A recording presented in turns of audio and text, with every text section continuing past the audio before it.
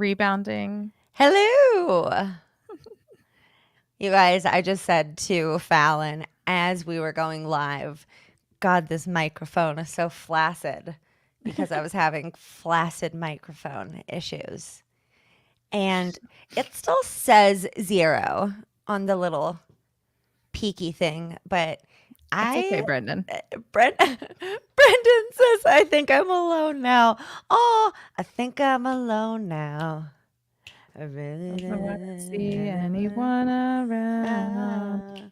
Think we're alone now. Yeah, there you go. Hey, Beating not our my Michael's here. We hearts are out. moving and grooving with at least 2 people. That's exciting. So, what's up, you guys? We are here. We're back. It's TSFU, the podcast, live, as we do sometimes, and then we announce that to people 2 to 3 minutes before it happens. And hey, here we all are. So Including to ourselves. Thanks, you guys. So today we are going to be talking about the new documentary on Netflix, Lover, Stalker, Killer.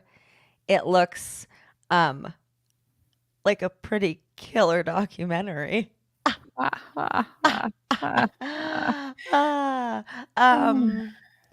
I have not watched it because, I've been waiting for Fallon. So today we are going to be talking about that. We're going to be talking about the documentary, but also, I don't know. I mean, really, I think now when a new documentary comes out, we're not going to binge or bust it so much per se as cover the case, unless we've already covered the case in depth, like we had already done with Gypsy Rose and Natalia Grace.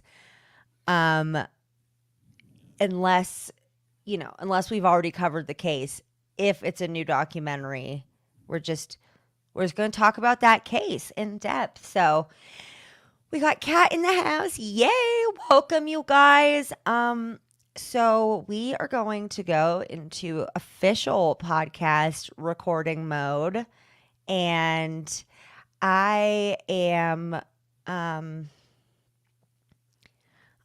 I don't think I'm going to wait to try to get to 4 minutes in to not swear, because really the purpose of our channel is not to monetize, just to hopefully help people find the podcast, and so that we can sometimes interact with our existing peeps and our other people who come to join us. So we're going to get into it. So chat, y'all, we love you, but now we're going to hop into podcasting mode. And Fallon, are you ready? Are you ready for this? I'm so ready. I'm ready to party. Yeah. I mean, I'm in my pajamas, so it's officially a pajama party. I'm just going to say. I am also in my pajamas because we were literally about to record, and I was like, you know what? This should really be alive, because it's very hot right now. This topic's so hot right now. Lover, stalker, killer. So hot right now. If you know, you know. Zoolander. Okay, so Fallon, I'm gonna make a little note, as I do, and let's like officially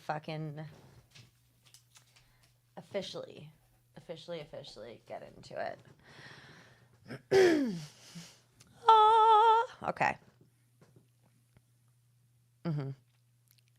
Hey everybody, welcome back to the podcast. This is That's So Fucked Up, a podcast about cults, murder, and other generally fucked up stuff, like stalkers. And, well, I mean, that's pretty fucked up. Murder in this, and lovers and loving, and we know that can get pretty fucked up.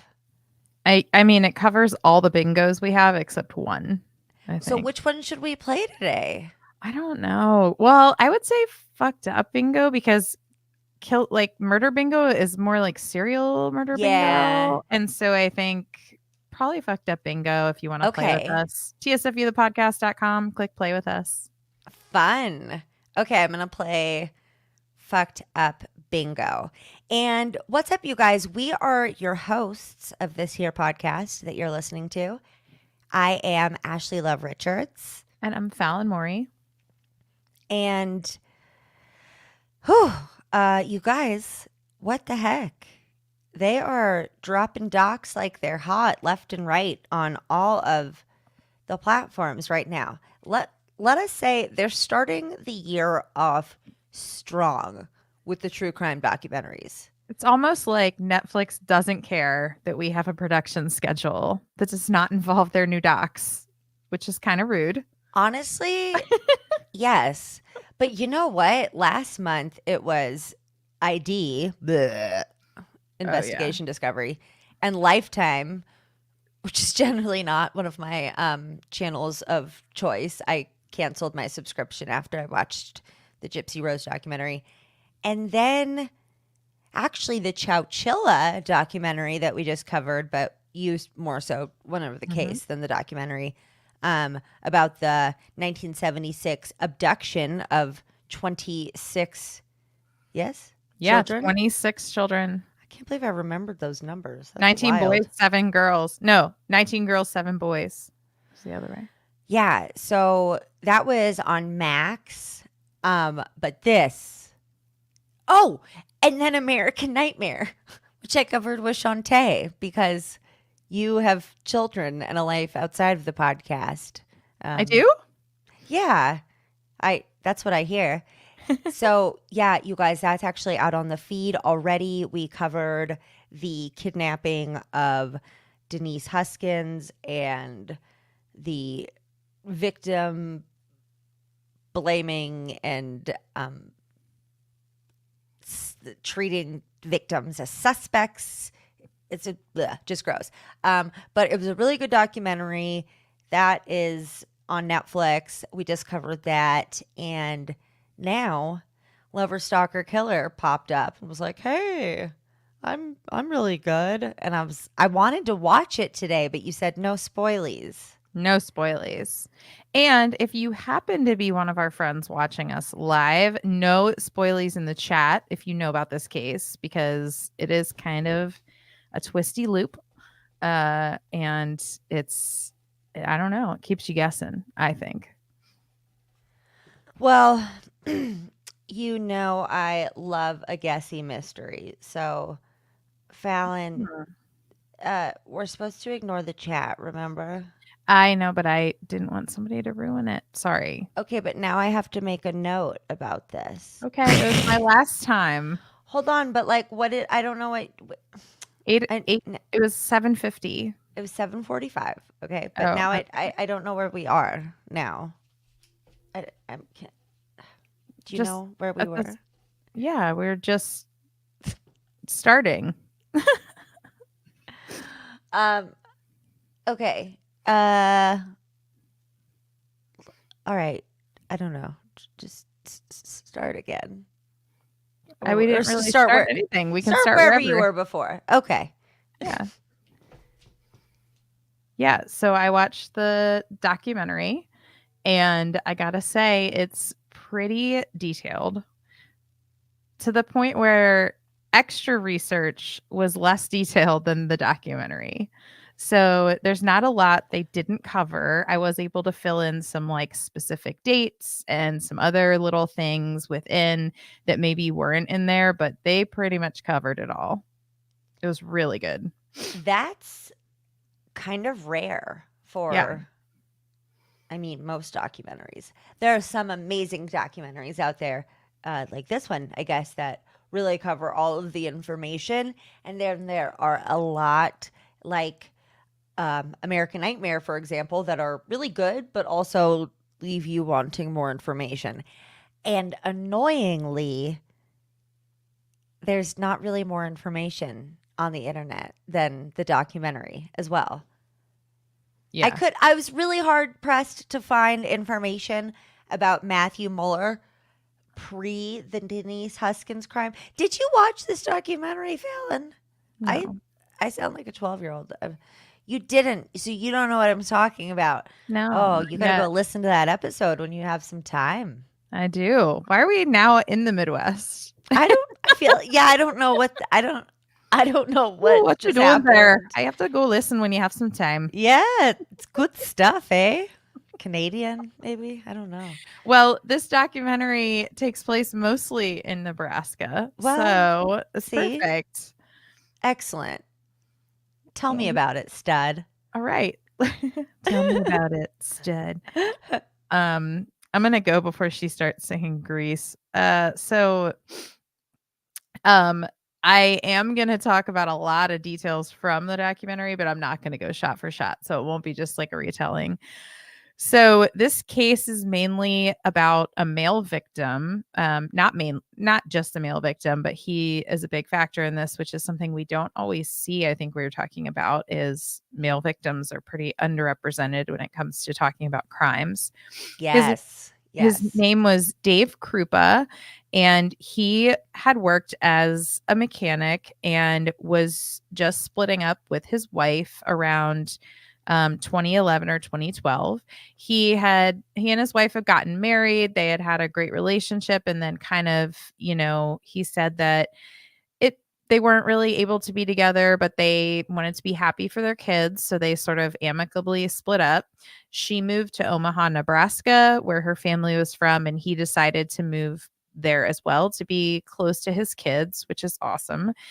And he was starting over as a single guy. He was around 35 years old. He was in his first ever real like new single guy apartment. And he was like, well, let's try this whole online dating thing. So he, Who is the beginning to so many horror stories. yeah, Let's try this online dating thing. that's like the phrase heard around the world, Ugh. right? Ugh. Yeah.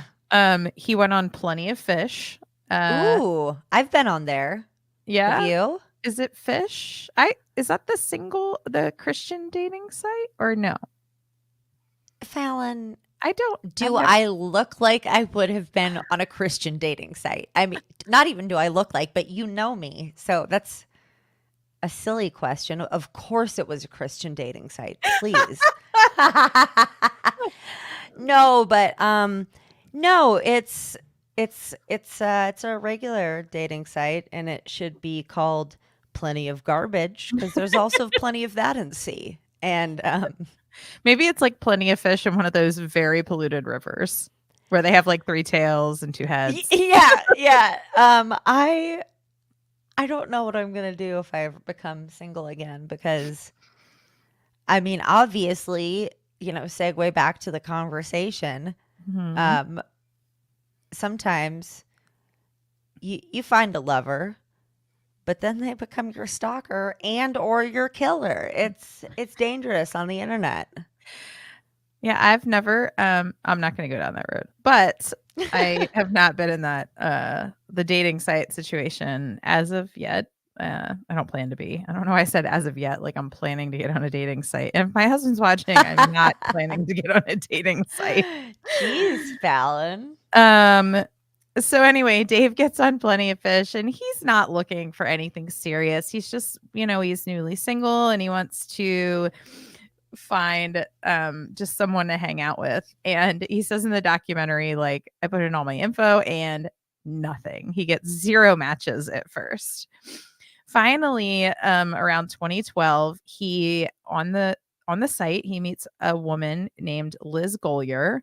She seems pretty cool. She's into some of the same stuff that he is, like sci-fi movies, action movies, heavy metal, motorcycles. She has a bunch of pets, like dogs, a cat, and a snake, which that's pretty rad. A snake. It was Is it? Wait, do we like this lady? Yeah, I mean, we don't Okay. really know anything about this lady. She's his new like, lady friend. So He goes on his first date in years, but he says, he felt like they hit it off. It was the right mix for him. He got to have his personal space because she didn't want anything serious either, and he got to hang out with someone when he wanted to. And he and she both made it pretty clear that they didn't want to be tied down. So Dave's doing pretty well. He a little while later, maybe a couple weeks later, he meets a woman named Carrie Farver when she comes into his auto shop he works at. He describes her as a young, attractive mom, but that, at that time she was just the customer and he was the manager and that was it. He didn't think like, I'll never see this lady again. But I think there was some sort of little, short mutual attraction between them. Mm-hmm. However, he's going through his dating site a few weeks later and finds Carrie's profile. So he reaches out and's like, I know you. And she kind of responds the same way. They go out on a date and it's kind of like a different vibe. Like they describe him going out with, Liz, and even the documentary, they show pictures of them like hanging out at a bar and drinking. But, Carrie and he go to a restaurant. They have a kind of a quieter date. Carrie tells him about her life, her career. She has a ton of aspirations. She has one little boy named Max. And he said that she had the spirit and drive that made her really different from other women he'd met. So he shoots his shot. He says he invites her back to his place and she agrees to go. So they get to his house, and as soon as they do, he gets a text from Liz that says, oh, hey, I need to come get something out of your apartment that I left there really quick. The other woman he'd met. And he's like, oh, well, this is kind of awkward, but all right. That's a classic move, right? That's a classic move. Fallon, no. Oh, sorry. I'm going to mark that down. No, you guys, I'm going to have to take I'm going to have to hide the chat feature from Fallon. She can't fucking help herself. I'm sorry. Go ahead. Say hello to them, Fallon. No, I just thought maybe somebody couldn't hear me with that comment that came up. That's all. That you left the alley? Yeah. I don't know what that means. I thought that meant I was muted or something. No, you don't have that brick wall behind you anymore. Remember when you were recording in the alley with the brick wall? Oh, that really confused me. Guys, it's 8:49 and Mama's tired. Sorry. I'm sorry. 1640 to 1750. Fallon. Conversation about Fallon's background. Sorry. Okay, go. I know exactly where I am. Okay, perfect. So he invites Liz into his apartment to grab what she needed. Carrie's like, it's awkward. I'm going to go. He says Carrie and Liz made eye contact for maybe 3 seconds, just like, hey. After Liz leaves, Liz grabs her thing, is like, okay, see you later. He calls Carrie back and she says, well, I'm halfway home. And I think he was like trying to apologize. And she's like, look, I'm not your girlfriend. You're not my boyfriend. But if you want to come over to my house, you definitely can. So, she reiterated to him, like, I don't want to be committed. It's fine. So they do start to kind of hang out a lot. He described it in the documentary as it wasn't only sex with Carrie. It was, a lot of time together initially, but they did a lot of talking as well. And they are sort of like going kind of hot and heavy, hanging out for like 2 weeks. And she actually was working on a project near his apartment. So she had been staying there for a few nights and had some stuff there. Whoa. Yeah. Can I clarify what hot and heavy means? Is there a lot of heavy petting going on, or? I didn't ask, but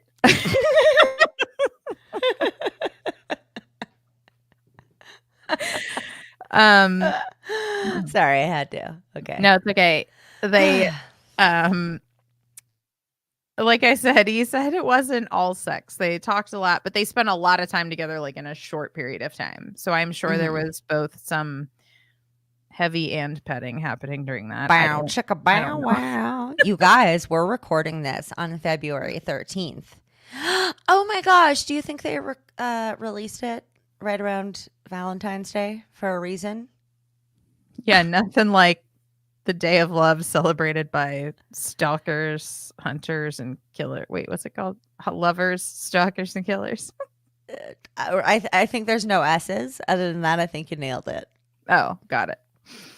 Um, so here's where things start to go off the rails. November early one morning in November 2012, the documentary and some of the reports actually differ a little bit. It was around like November 11th, 2012. Dave describes that he gets up and he goes to work around 6 a.m. like usual. He kisses Carrie goodbye. She was staying at his house. He's doing his thing at his auto shop, and around 10:30, Carrie texts him out of nowhere and says, "Hey, we should move in together." And he was like, Whoa. Hold your horses, Carrie. he didn't want anything serious, and he thought they were pretty clear. Like they had talked about it, which is like, that's exactly what he messages her back. I thought we just talked about this. Carrie immediately starts barraging him with text messages, and I couldn't possibly copy all of them down, but it's like, you ruined this, you ruined my life, I'm going to ruin your life, like all this wild stuff instantly. Whoa. And right. I feel like and I'm what is my deal with horsery lately? Because I started doing that, and now I keep telling you, whoa, like you're a horse. Whoa, Fallon. Whoa, I whoa, actually, steady girl. I think I prefer that to the shut up, wait, shut up, bitch, Stop. stop. Shut the fuck up, bitch. Stop. Okay. Okay. Whoa, Fallon. Whoa, girl.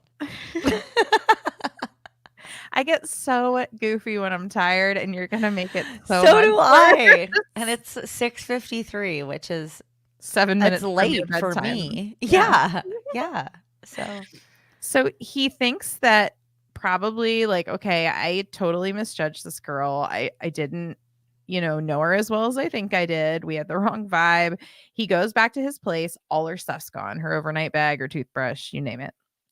So a few days pass, and he sort of puts it out of his head, and he starts to receive all these texts. They get pretty wild. They go from things like, "You're a bastard," to, "I will destroy the things you care about. Your life will be ruined," Jesus. etc. I will So, destroy the things you I care. mean,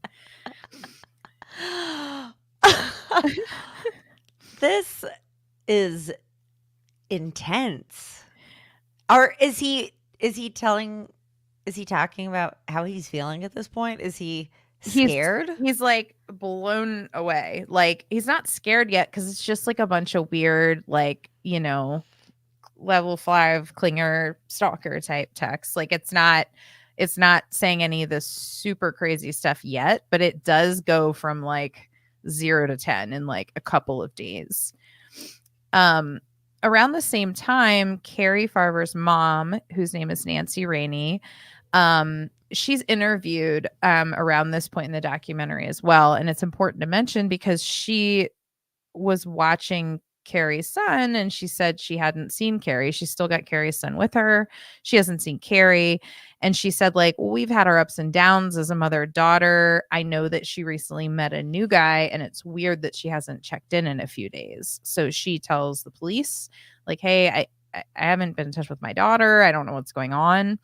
So, of course, she's probably thinking, like, she met some creepy dude who killed her, did something or whatever. So the sheriff comes into Dave's job and is like, hey, this woman, she hasn't been seen. You're the last one who probably saw her.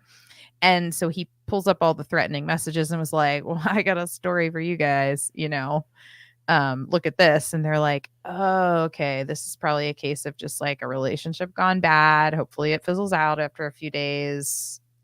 Single white female. Right. It was a bad breakup. She probably won't harass you that much. Just like ignore it. Although I have to say, and I mean, I'm curious if you would agree. Would you be scared if you got those messages from a dude? Because I would. Immediately. Yeah. Okay. That would scare the fuck out of me. Immediately. I have some like stalker light stuff in my background, and stalking freaks me out. Stalker light. LITE. Mhm. Fun. Yes. Just 0 calories. Um so Carrie at the same time is messaging her own mom on Facebook, and it's like very abrupt, blunt text messages. She's like, "I'm not missing, mom. I just need some time. I don't want to come home right now. I found a job like in another city, and I'll be back soon." And she texts her mom on Mother's Day, but it's only like 1 or 2 word messages. So, he keeps getting these text messages. They don't detail every single one of them. Even looking up, there's no record of every message. It was like over the years, it's like hundreds of thousands of them. So his other Hold like, on. Over the years? oh yeah, we're going there. And how long did they date? 2 weeks? Uh-huh. Whoa, Fallon, steady. um so Liz, Uh, the other woman who had been in his life, comes over one day, and she's like, "I got something to show you." Her car had been keyed like on both sides all the way across, oh no. and she has a text from Carrie that says, "I will do more if you don't leave Dave alone." I would have left Dave alone. Yeah. I wouldn't have gone to Dave's house to show him that. I would, I'd have been like, "Bye, Dave." yeah, Dave's on block. Maybe a It was nice hey, having a watch your boot. back. This woman's might gonna murder you. Right. Don't tell her I said anything. I'm not Bye. gonna die over a booty call. Sorry. I don't care how fun it is. Get out of here. Oh no. So, and the texts that they show on the documentary make it sound very obvious, like, "You whore, you destroyed this for me," and all this crazy stuff. So, um, you know, at the documentary, they interview an officer named Chris Legros that worked at the Special Victims Unit in Omaha, and that unit specializes in stalking, domestic violence, other similar issues, who says he talked to Dave in 2012 about the messages he was receiving, and it seemed like a really routine case of a jealous ex-girlfriend in the initial phases of stalking. Like, if that's the initial, I want to know what the the final. Yeah. They're like, oh, that's stalking light, Fallon. Yeah. What's Did, going on did there? you have your hand up with the question? No, I don't know. I'm just fiddling with my Oh, okay. hand. I don't know. Um, so Dave starts to get the kind of text, I guess maybe this is phase 2 stalking. He starts to get texts that indicate that he is probably being closely watched. So he is at work and he gets texts that are like, "Can you see me? I can see you." And when he goes outside, No, thank you. No fucking thank you. and there's one that he says, and the documentary does a great job of putting together the visuals. It felt like you were watching a scary movie too, because of the visual. Like, I was like, ooh. He At one text he describes he gets, and somebody is like, "I'm in front of your door and I've got my hand on your front door." That And is going to be a hard no for me, dog. Are you kidding me? but he tries to block her number and he can't, because he starts getting texts from what he described as up to 40 other phone numbers. As fast as he blocks them, the faster they pop up and keep texting him. No, she I just has know. like burners for days. Burners for days. Like, who gets that many cell phones? Who walks into a Walmart and goes, "I'd like 175 cell phones, please"? If you didn't know the context of that, you might also think that it was just like people who go to Burning Man, just as far as the eye could see, Oh. burners for days. Oh, I was thinking. So he is also at the same time getting emails. The emails at some point start up and they're just like the same like vitriol, like you ruined my life, like this could have been great, but you ruined it. I'll get you. Um, the verbiage between all of these is the same. He's getting emails all from different aliases and maybe up to 125 emails a day sometimes. Just flooded with emails. I don't. If I get like 6 emails in a day, I'm like, holy shit. Um, yeah.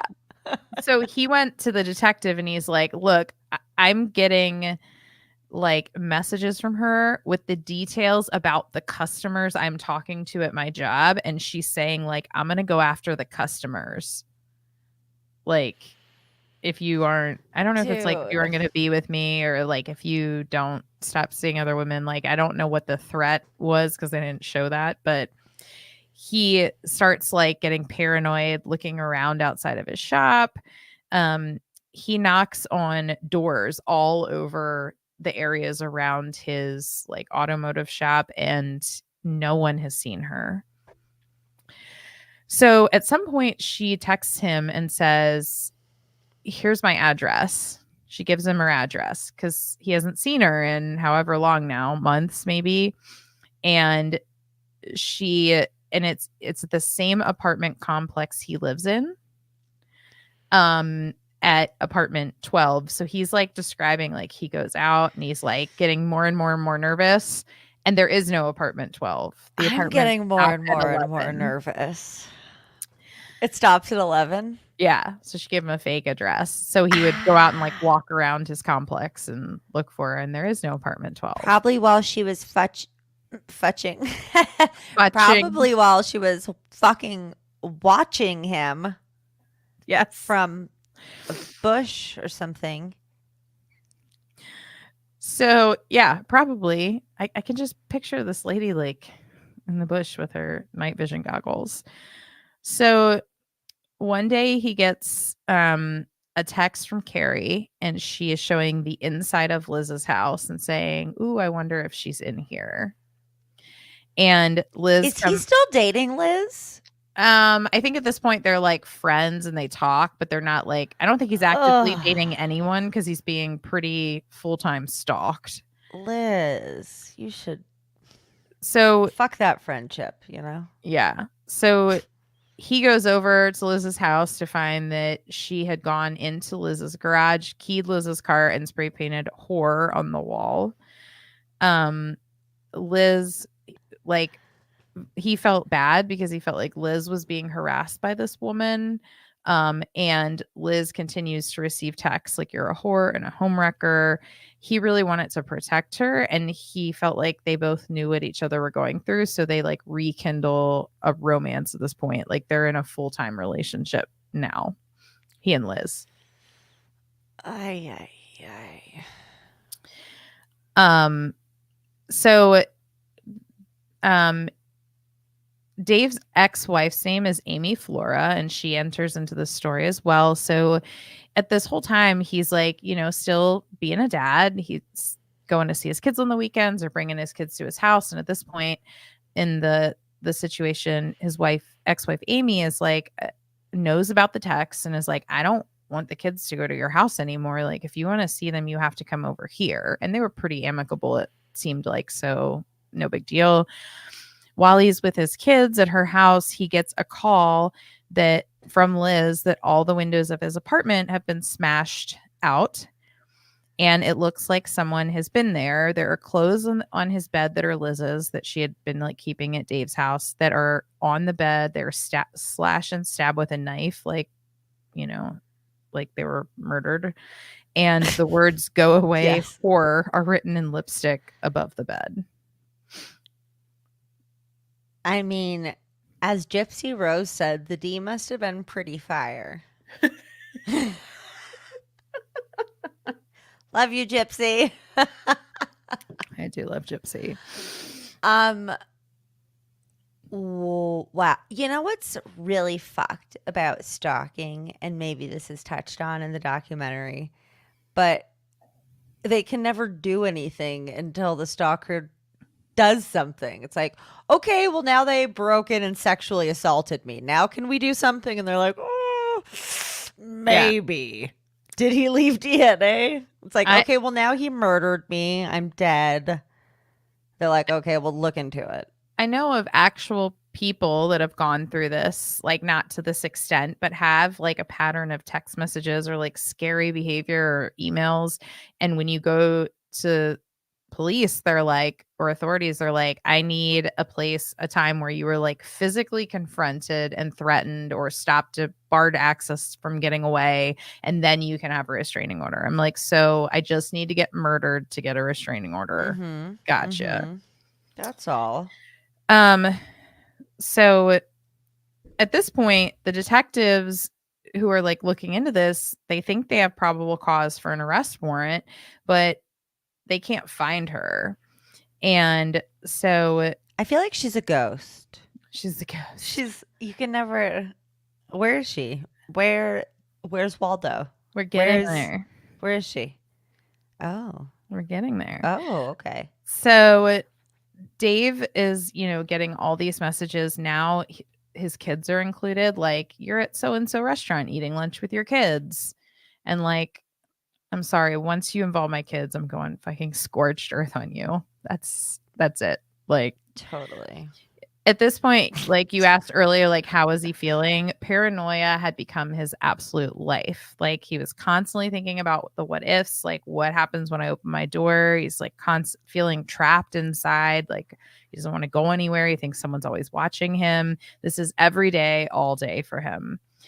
He was probably in such a constant state of high anxiety. Yeah. You're just constantly looking over your shoulder, like, where's this bitch?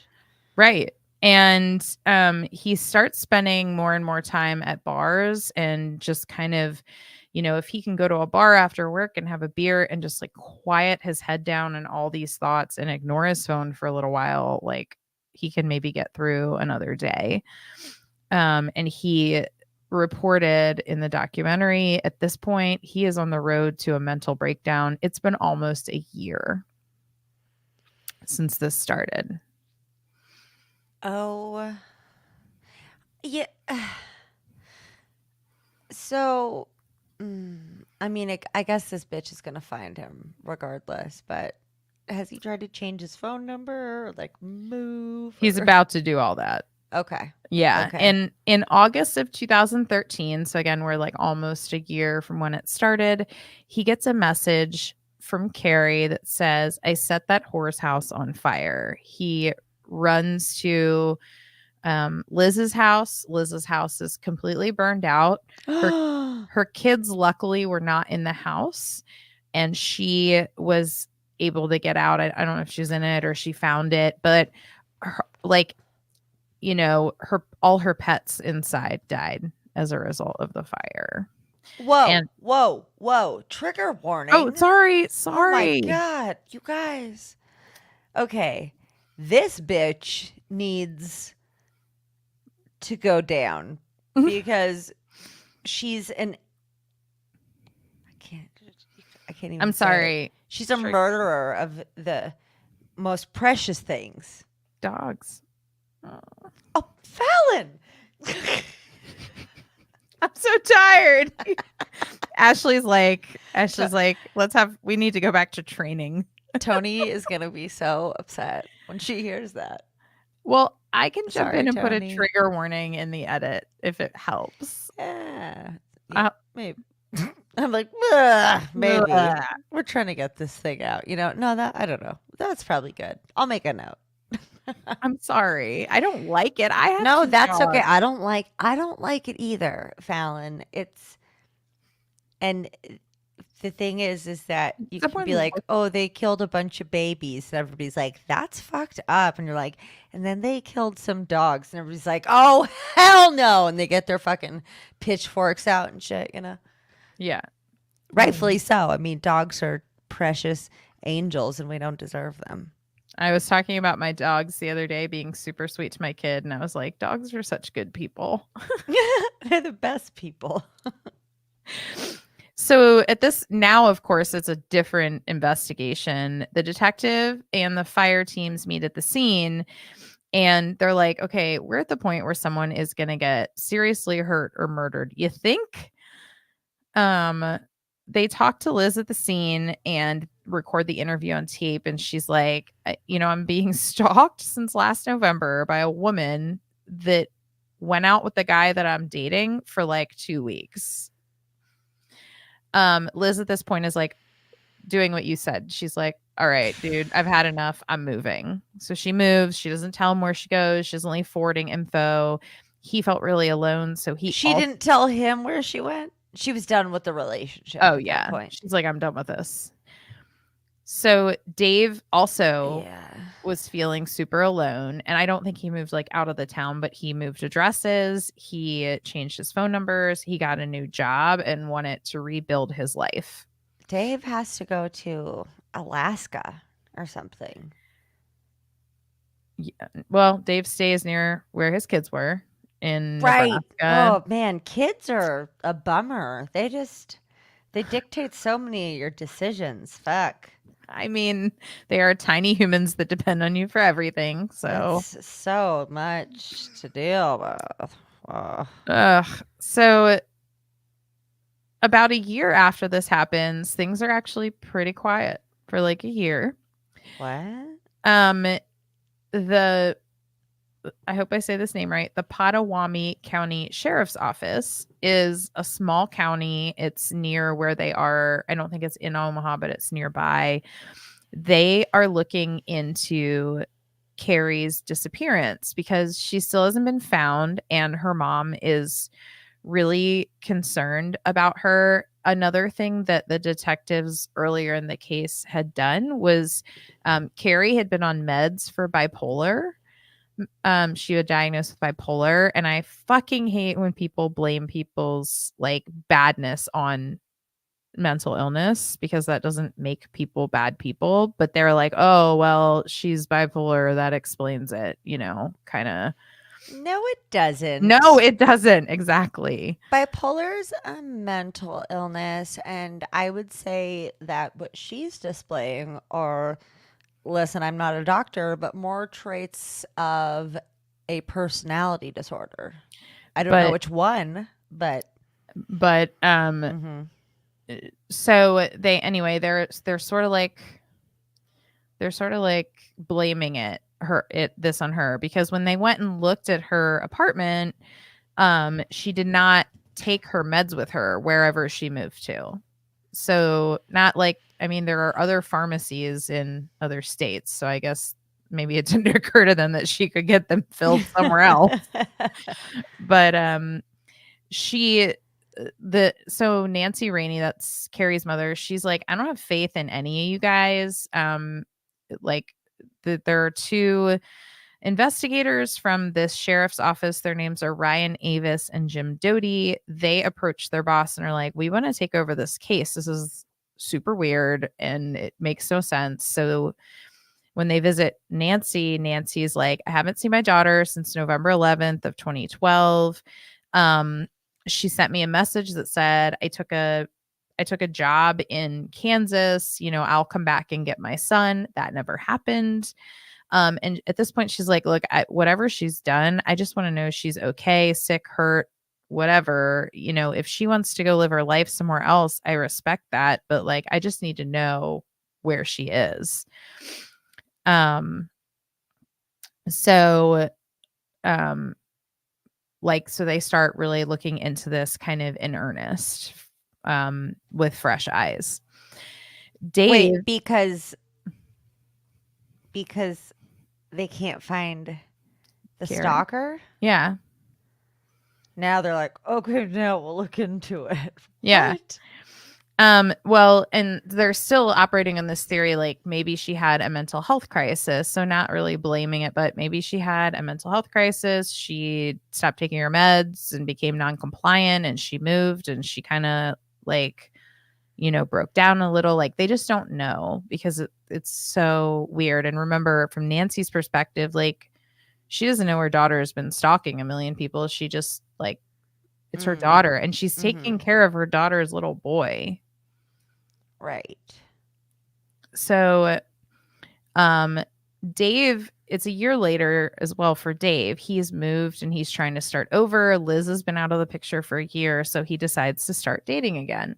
So back online, Dave goes, super smart, and starts talking to a woman a couple of times and they set up a date. So he describes that he goes and waits for her. The waiter's like, dude, I think you got stood up. And he's like, no, I don't know. And she's coming. And so he gets a message. It's like, I'm sorry, I'm running late.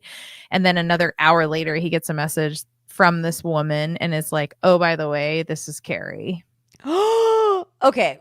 Okay, hold on. I have thoughts. um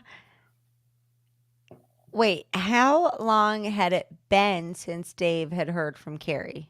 Or no? Yes. At this point, At this point. it had been like a year. He hadn't heard from her in a year. Yep. Okay. Remember he had moved and changed his number Okay. and, like, Right. gone off the grid. He didn't work at his same shop, nothing. So he's, like, in a new So he thinks that situation. he's in the clear and that any potential woman that he might meet now is also in the clear. Yes. Okay. And he is wrong because immediately it, like, escalates double and she starts to go after his ex-wife with death threats. Amy starts to get messages. Amy's his ex-wife. It says, stay away from Dave. You know, she will get rid of her. The messages start to involve the kids. Amy describes that one time she was at a park with her children playing and she's getting messages that says, like, Ryan's on the slide and you're pushing Lexi on the swing right now. And she's like, all right, we got to go. You know, so nothing's safe. No, thank you. She says, trigger warning. She says one night she gets a text from Carrie saying that Carrie is going to slit her kids' throats in their sleep. And at this point, her kids are so scared. She comes downstairs and finds her little boy sleeping on the couch with a baseball bat because he said he wanted to protect his family.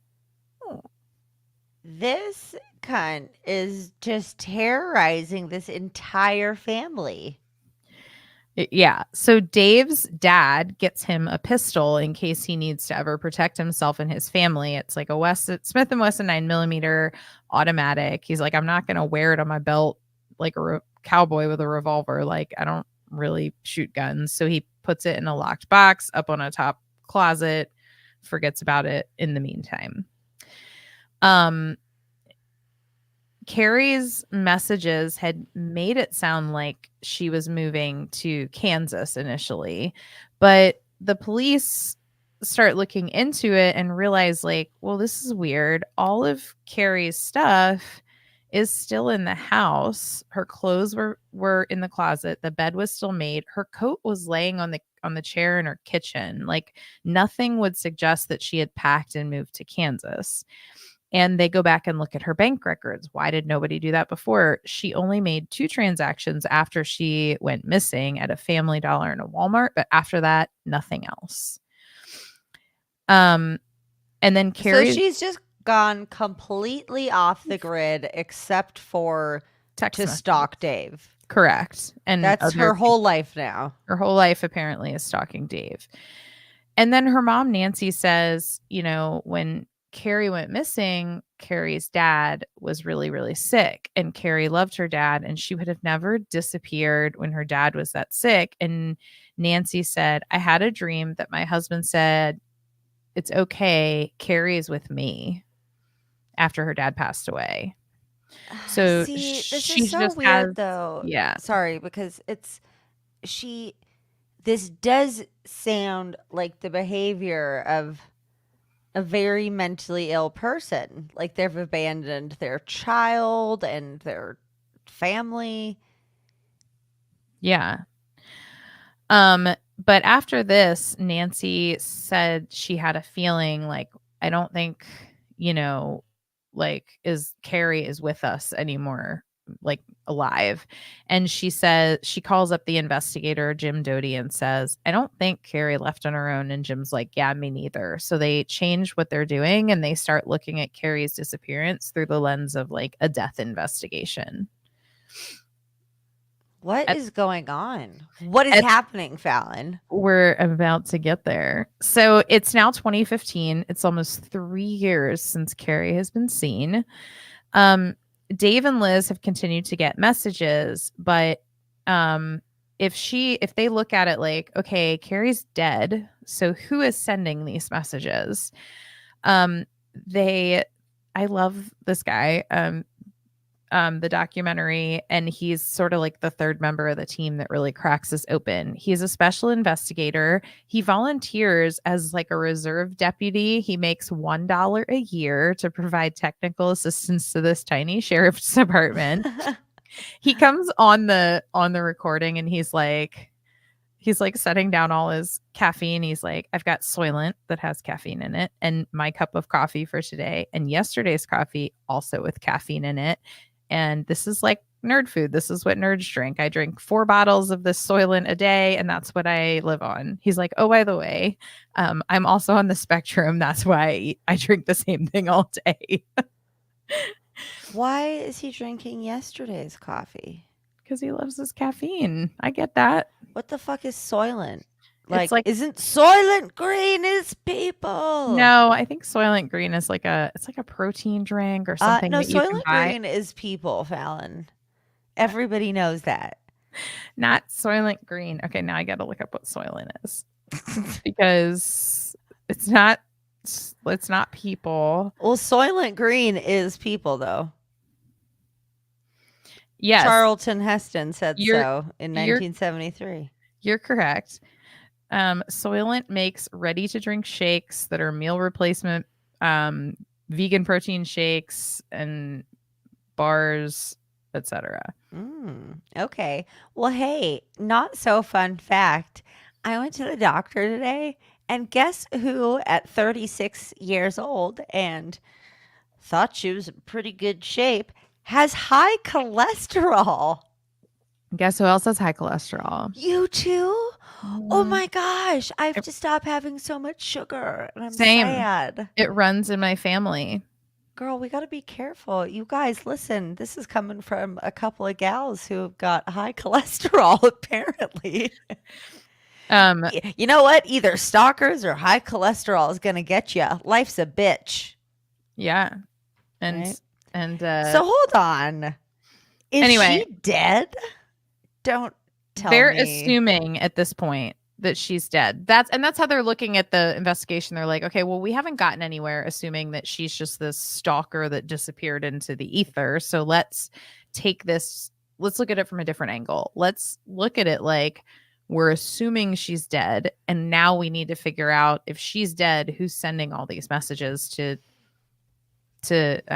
Liz and to Dave and to Dave's ex-wife, and Oh my Carrie's God. mom. Wait. Don't Ooh. Just Okay. hold Ugh. it. So this Tony Cava, he's incredible. He's like, there are hundreds of thousands of emails and hundreds of thousands of texts, and they're all coming from like multiple IP addresses. Whoever did this not only went through like VPNs and proxy servers, which are things that you can mask your IP address with, but they went to like use the Wi-Fi at McDonald's and like fast food restaurants. So he's like, well, I couldn't sort them on my own, so I just wrote my own computer program to find patterns and all the chaos. He was able to narrow millions of IP addresses to 13,000 of them, and then from there down to the top 10. The top address was connected to a house in Iowa that happened to be where his employee, a man named Tony Butterball, worked as a network administrator. Bitch. Hold I'm on. sorry. Nope. I knew it. I knew it was a dude. Wait. Stop. So they searched this guy's house. This is exactly the reaction I wanted. I'm tickled. So they searched this guy's house. He's an IT computer guy. He's got tons of digital equipment. And they're like, He's like, I don't know what you're talking about. I don't know any of these people. And they're like, does anybody live here with you? And he's like, well, yeah, I have an on again, off again girlfriend who's lived here since her house burned down. And her name is Liz Gollier. Bitch, shut the fuck up. Hold on. Stop it. Shut up. Wait, Liz is Butterball's girlfriend? Liz was sending the text messages to herself? Is that what you're telling me right now, Fallon? Yeah, it's definitely what I'm telling you. I'm shooketh. So they start tracing back all the messages, all the emails. And once they have that piece of information, they are like, all of the digital evidence now leads back to Liz. Liz has basically been impersonating Carrie Farver from the moment that she was last seen. She's not a victim. She is the actual stalker. Wait. Oh,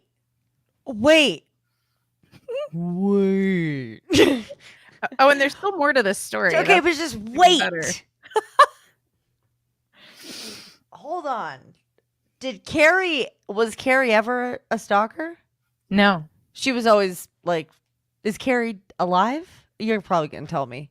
Probably. They don't think we don't so know? At this point. They don't think so at this point. To this day, they don't know? No, they do. They do know now. She's not alive. Oh. But like at this point in the case, they're operating under the assumption and they're pretty sure that now that they know she's not the stalker, that Carrie is not alive. Liz, you crazy whore. Dave is shocked when he hears this. He said he just like went to another room and just cried. Like Carrie had never messaged him. She didn't key his car. She didn't burn down anyone's house. It was all Liz. Liz burned her own house down? Yeah. And called her own self a whore? Yeah. And keyed her own car. 2 cars. 2 of her own cars. Okay. Hold on. Can you imagine? Hold on. Stop it. Okay, I cannot. Okay. What? Okay. This is wild. So wait, hold on. Can you imagine realizing that you've been sleeping next to the fucking killer? The person that's like, I'm gonna fucking slit your kids' throats, and I murdered my own dogs, and that's the psycho that you've been. I can't process this. I can't. This is too much. What? So the police at this point obviously think, okay, Liz is definitely responsible for whatever happened to Carrie, but they don't know what that is and they have no evidence. However, this is wild. They estimate that Liz probably spent between 40 to 50 hours per week impersonating Carrie Farver. That's a full-time job. For years. So, okay. They go. Are we going to get some background on this bitch? Well, I'll tell you some background up front. Like, so she's a little, obviously, we think she's a little unhinged. You think a little? They look up. I looked up like what's she up to now, and it turns out that now they think that Liz probably murdered her own, or Liz. Not spoiler alert. Trigger warning. Here's a fun spoiler, you guys. Liz had a baby that seriously, trigger warning, fast forward like maybe 20 seconds, that passed away from shaken baby syndrome when he was a baby, and they now think that she probably did it. That was like maybe 15 years before she did any of this. She's a she's an Oh absolute my God. fucking psychopath. So Dave says this whole thing is an absolute mind fuck, right? The police download uh Liz's phone after the from her data from like the month after Carrie went missing. And they find a picture of Carrie's vehicle taken on Christmas Eve of 2012, but the car was being searched for and wasn't recovered until January 8th of 2013, and that meant that despite them looking for it, Liz knew where Carrie's vehicle was the entire time they were looking. So that's like one piece of evidence.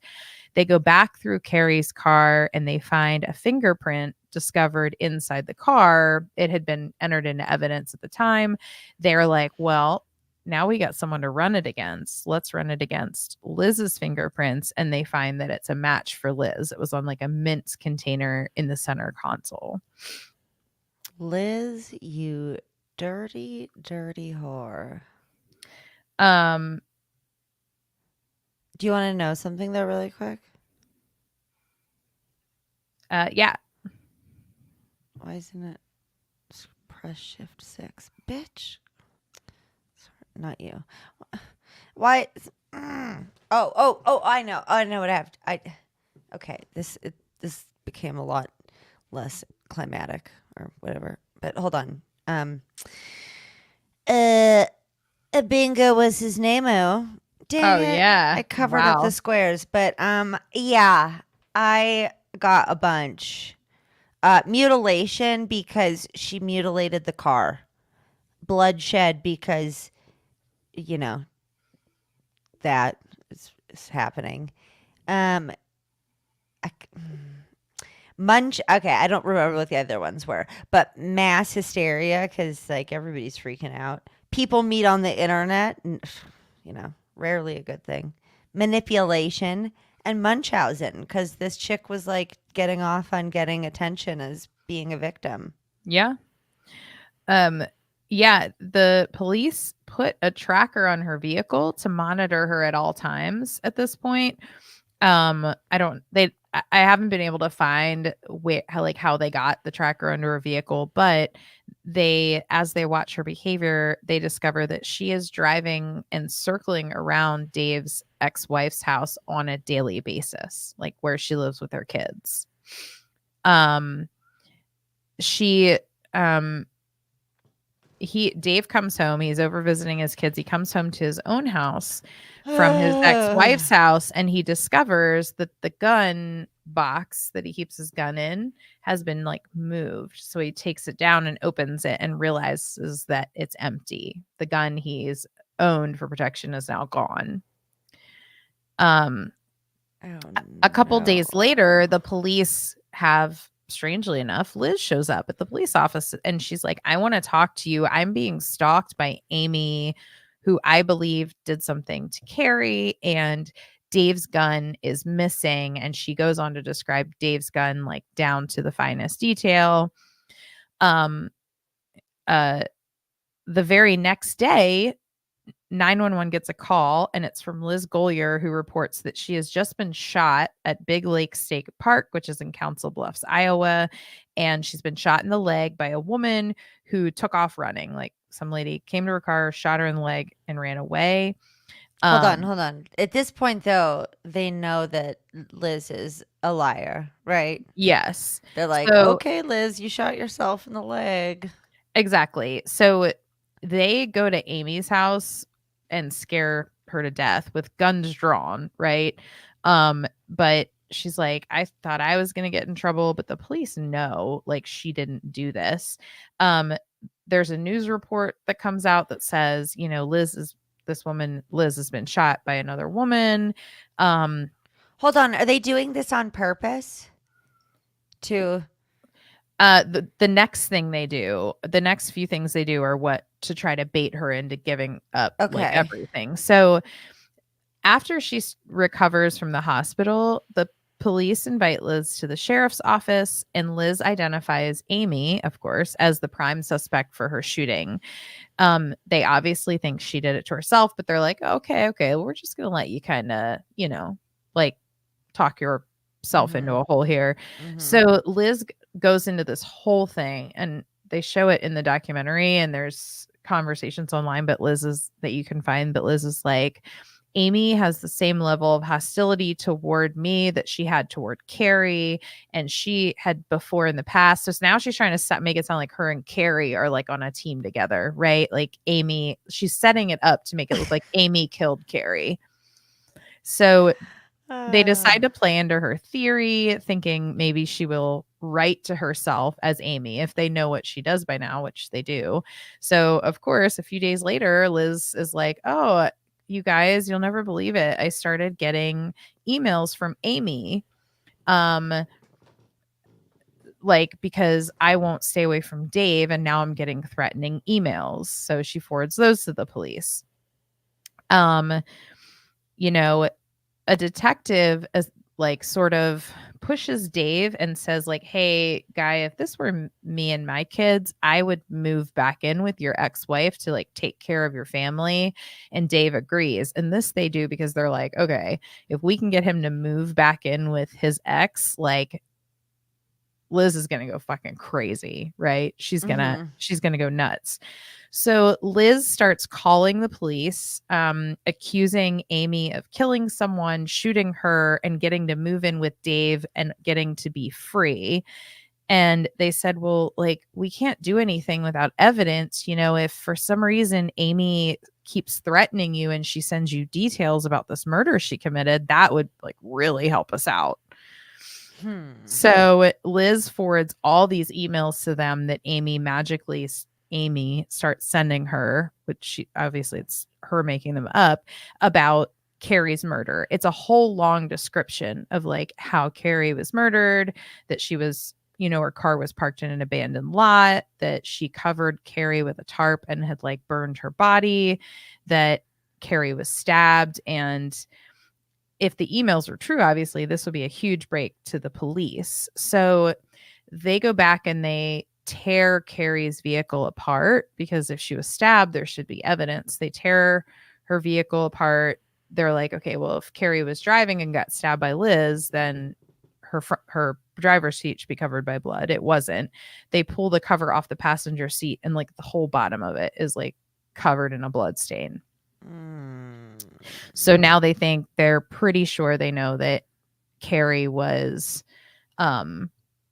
killed by Liz in her own car in the passenger seat. And they finally go arrest Liz after that happens. Oh my. So now I've turned British. Oh my God. Oh my God. Liz tries to insist that she's never been in Carrie's house. Her fingerprints, they're like, your fingerprints are in there. She's like, I've never been in that car. She's like, I've never seen that car. They're like, there's a picture of it on your phone. Like, like what? You can't hide from this forever. No, I don't know that picture. So they're going to take this case to court, and the prosecutor is still stuck because there's no body, right? Nobody's provided. There's no body. There's no evidence of a body. So not only do they have to prove that Liz is the killer, like this case is almost too crazy to be real. Like, someone who keyed their own car, sent a million messages like over 5 years pretending to be someone else, including to herself, and also burned their own house down. And now you're trying to say that she killed someone and there's no body. So nobody. No crap. Nobody, baby. So the investigators start working 12, 16-hour days. One investigator said his marriage started to fail. The tech guy who had helped them, Butterball? No, Butterball was the guy she was living with. The tech guy's name is Tony Cava. He's the guy that drank Soylent all the time. Soylent Green. You're nuts. So he listen to this. He's like, well, right before I got put on this case, I found out I had a brain tumor that had to be operated on. And the doc, when he asked, like, if I get my brain tumor operated on, will it affect my ability to think and work on cases? And the doctor said yes. And he's like, well, then I'm not getting brain surgery till this case is over. Dude. Heroes. I love when law enforcement people are cool. That's awesome.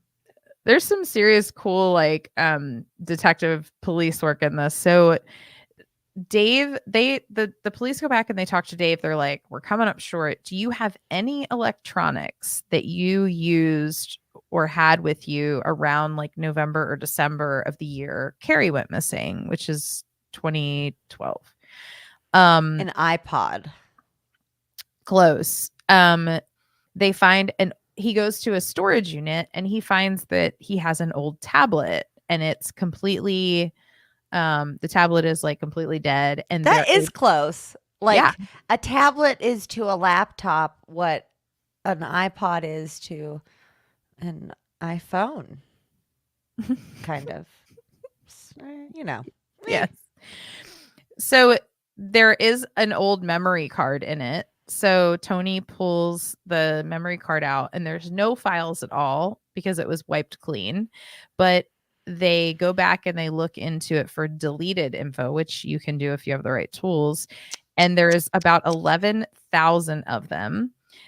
And they're all lots of selfies of Liz. So based on dates, this was the SD card that was from Liz's phone around the time frame when Carrie went missing. So she basically, to hide it, like found a way to put it in Dave's old tablet that he locked away in storage. So she's like pretty good at She's a crafty bitch. technology stuff. Yeah. So he's going through all these photos, like 11,000 photos, and he finds this photo that he thinks is like a picture of a piece of carved wood. And then as he's looking at it, he's like, wait a minute, I think I'm looking at a foot. And I think it looks like, so he pulls out his copy of like Grey's Anatomy and he's like, this is a post-mortem effect called venous marbling, where like you can see the veins in people's feet on closer to people's skin after they die. And that's all that's on the picture. It's a picture of a dead person's foot, but the foot has a tattoo on it. And he shows it to Nancy, who confirms that Carrie had the same tattoo on her foot. It was the Chinese symbol for mother, which makes me so sad. Wait. So Carrie had kids? I can't remember. yeah, she had a son. Oh. Well, she has a son. He's still with us, but so they're finally feel confident enough to go to court, and the prosecutor has a lot of doubts, like, hey, I need to try to convince everyone, but the documentary shows the judge, like the video of the judge actually delivering the verdict, and he starts out by like making it sound like he's going to rule against them, and then he's like, I find that the claim that there is no crime here is incorrect. There is an overwhelming amount of evidence. Carrie didn't voluntarily disappear. She was murdered, and the court finds beyond a reasonable doubt that Liz killed her. And Liz is sentenced to life in prison without parole. And then nice. Yeah.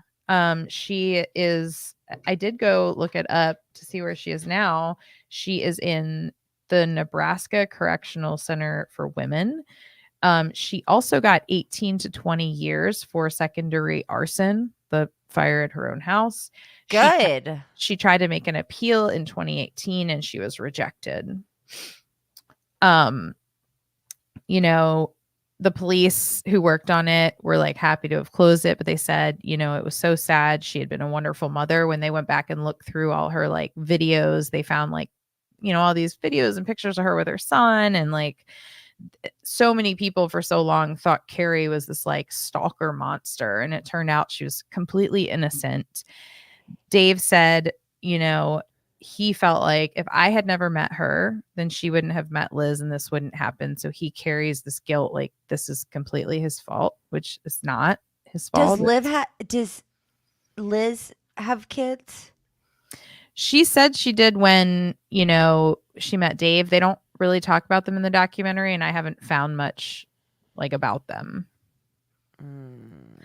Um So when she moved away from Dave because the stalking was getting too much, that was just like her playing crazy games.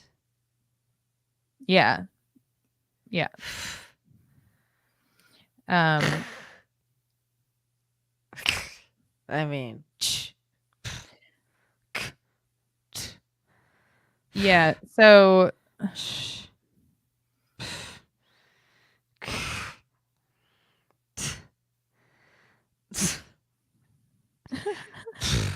you really not going to say anything as I just keep making noises? I was just waiting for you to Are you just waiting for me to tucker myself out? Yep. Go.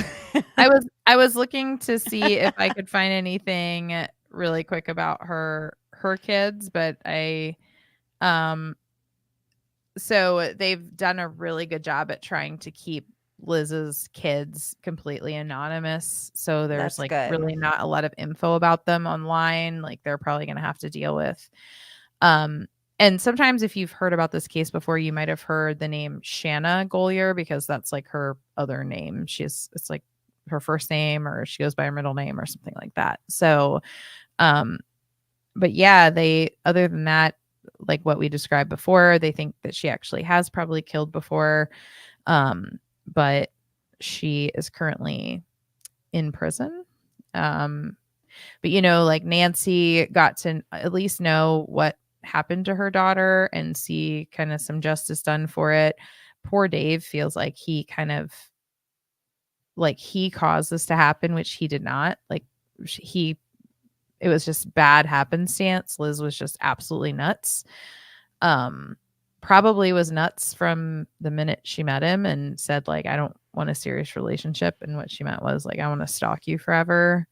They estimated that they also realized like she was setting up the text to herself in advance because like she would pre-plan to send her a text to herself so it would pop up on her phone when she was with Dave. So not only was she like doing this 50 hours a week, she was like pre-staging texts to herself to appear at like random times. Just the level of Hold the phone. Are you okay? Is this not very Munchausen syndrome? Like getting off on pretending to be a victim? Right, because I guess my big question in this whole thing is like she got a couple months into this, if she was really after Dave, like well she got Dave, like she started to be in a relationship with him. Like why did she need to continue escalating all the text messages and emails when they were and burn her own house down if she was in a relationship with the guy?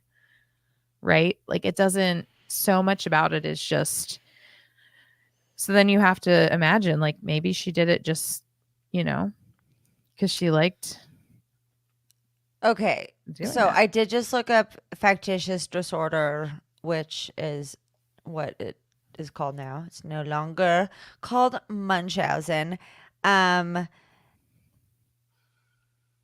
But it seems as though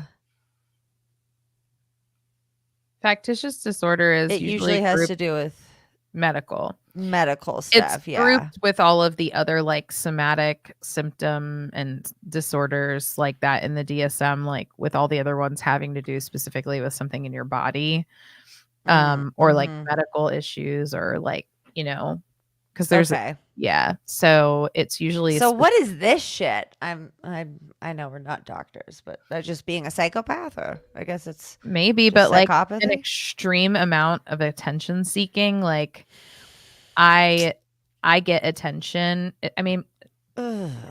you know. I get attention when, somebody thinks that I'm part of it, or, I don't know. Like, this is an incredible, like, to spend 50 hours a week for a year Three to, years. well, yeah, I mean, I was just talking about the year before she like disappeared and restarted, but yeah, 3 years for 50 hours a week. Ugh. Like, Yeah, what the fuck is that? Like, doctors, if you and Liz know. Liz herself, I believe, had come from a kind of an abusive relationship, or abusive background, I'm sorry. And like, she had a father that I think like was extremely dependent on alcohol, and her siblings eventually get split up and adopted by foster families. She had a pretty tough childhood. It doesn't like forgive her behavior later, but um You yeah. know what?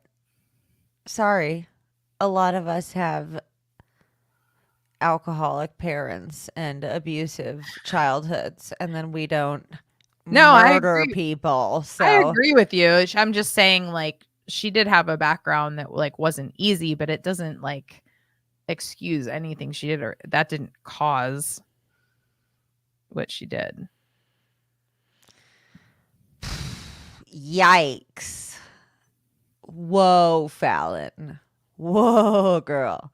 That was a lot. Oh my God. What a roller And I had coaster. heard that story like in a couple of different like that. So they did, there is some like popular culture stuff out there if you want to check it out. A woman named Leslie Rule wrote a book called A Tangled Web that's all about this case. From that book, there was a Lifetime movie made called The Disappearance of Carrie Farver.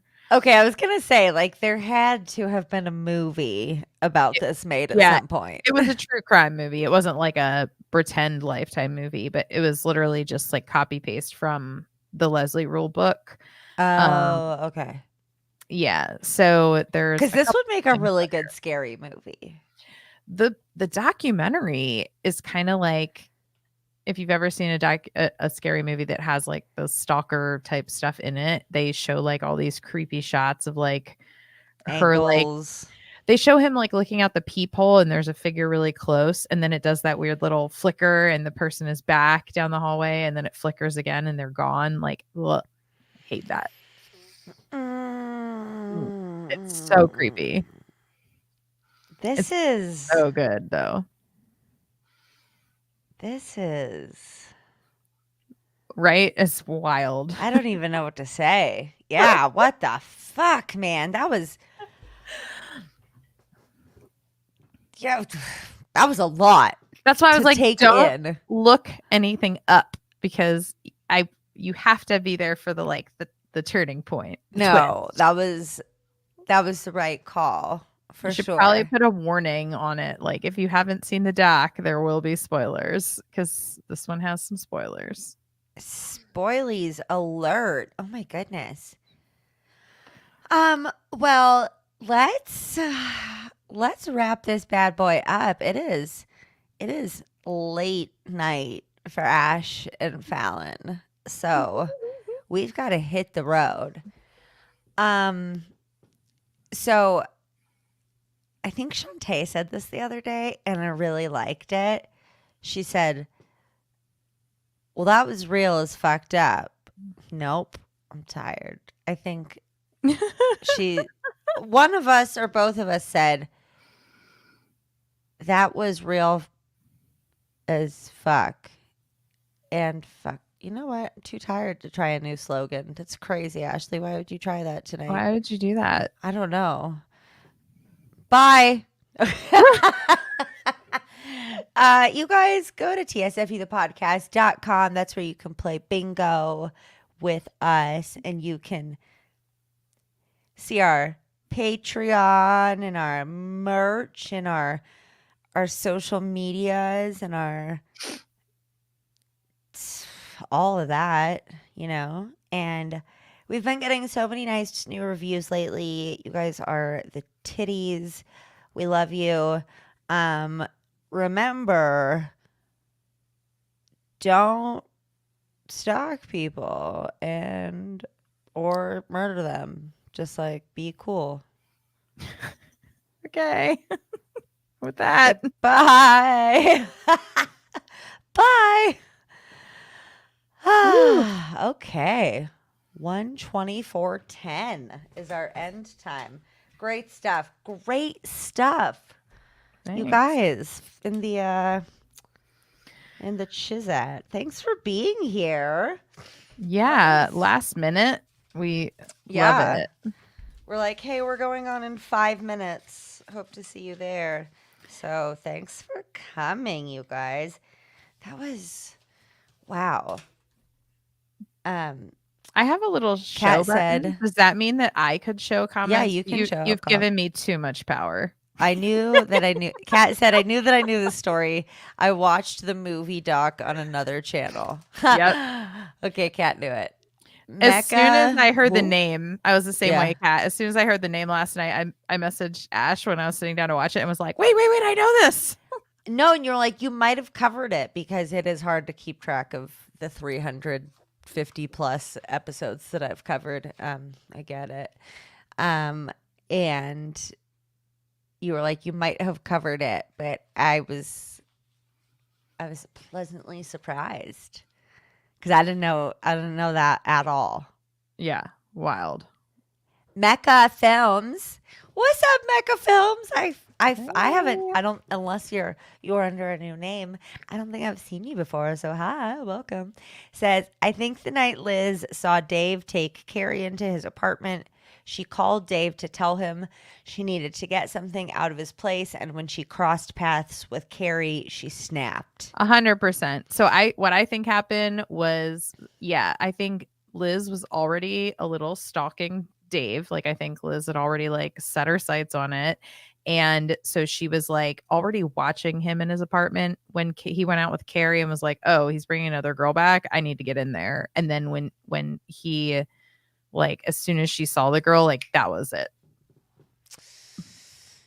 Yeah. Also, I just, to anybody, probably, I doubt in the chat, but anybody like potentially rewatching, I think this is more of a thing on Reddit.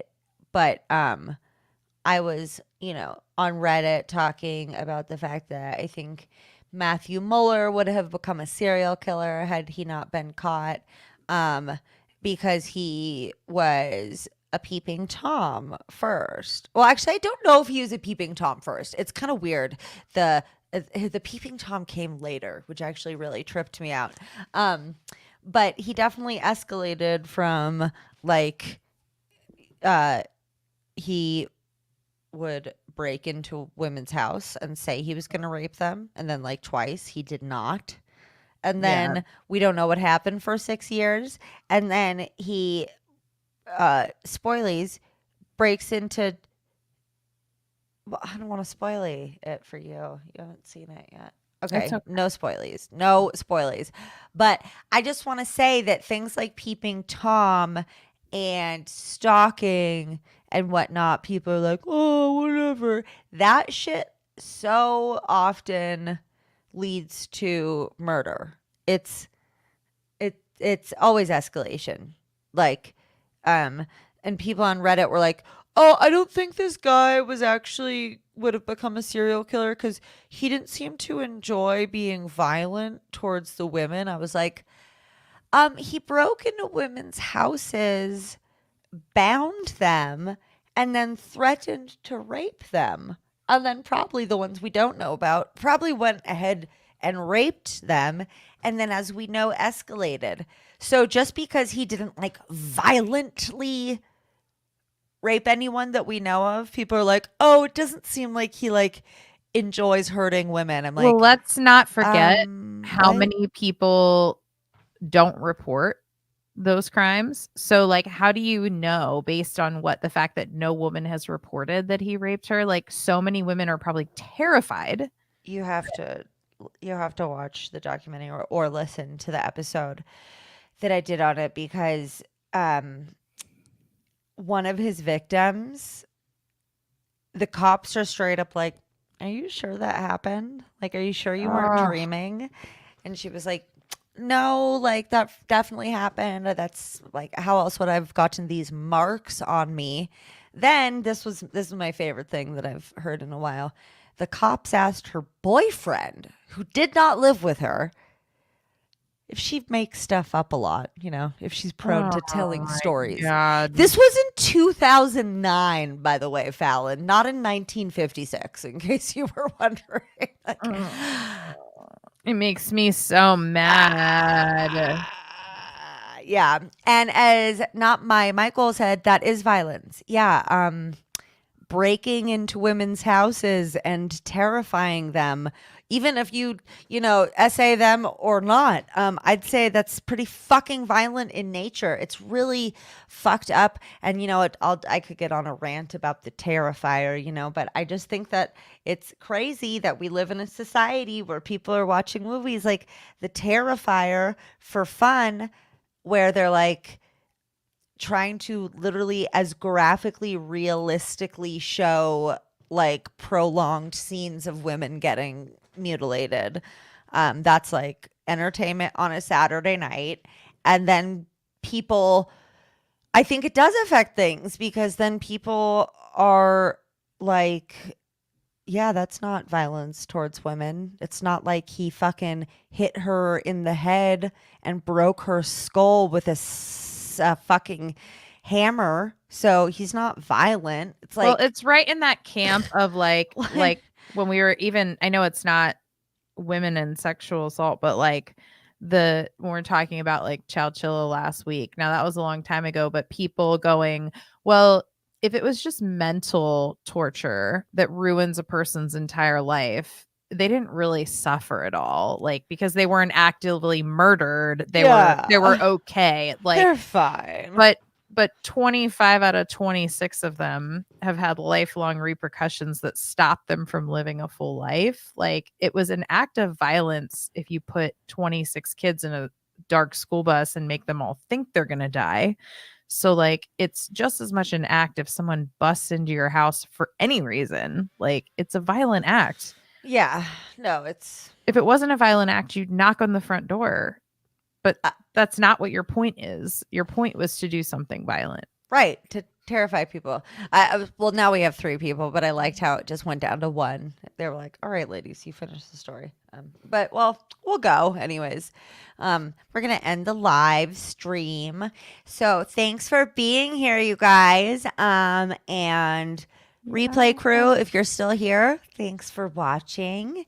Don't forget to like and subscribe and all that jazz, and go find us anywhere you listen to podcasts at That's So Fucked Up. That's the name of our podcast. What? I'm so Can I tired. share one comment? Yeah. Love it. Oh, nice. Mecca Films said, "Awesome channel. I'm new. Just got done watching this show and typed in the search for a review on it. Hell yeah. And saw you guys Yes. live, subbed. Nice. Love it. See, Fallon, I knew we had to go live. We found at least one new person to welcome into our tribe of weirdness. Yes. Welcome to our tribe of weirdness. We have matching t-shirts. No, we don't, but I wish we did. We kind of do. We though. kinda I do. mean, there's a merch store, so There is a merch store. so you guys, yeah. Thanks for the last minute join, y'all. Have good luck and take a good night. Bye.